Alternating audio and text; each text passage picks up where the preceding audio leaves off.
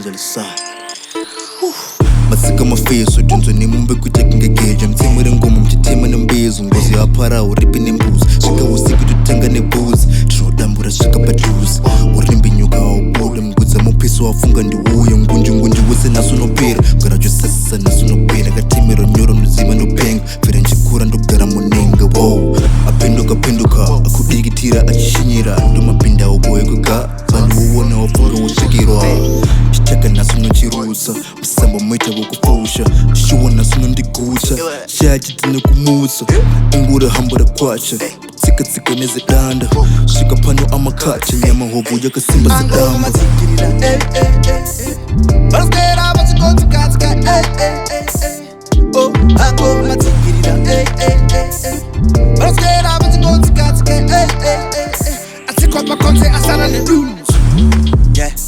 Kono ya shik, koni avarika. Yeah. Asara ne dooms. Yeah. Kono ya shik, koni avarika. Yeah.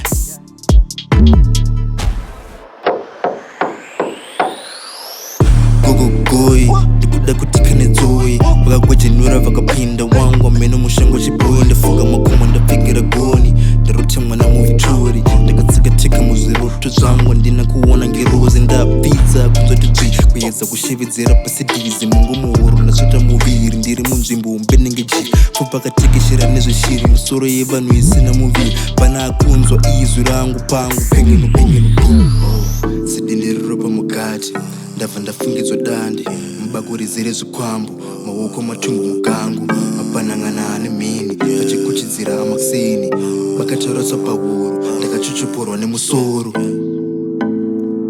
Asara nchiporo linyo.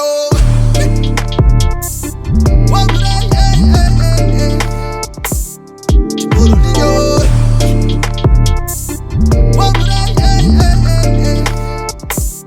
Chiporo linyo.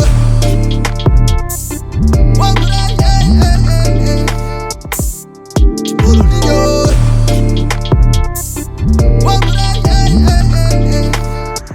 Atsikwa pakonze asara ne dooms.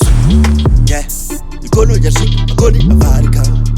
Yeah, asara ne dooms. Yeah, kono ya shik, koni avarika. Yeah.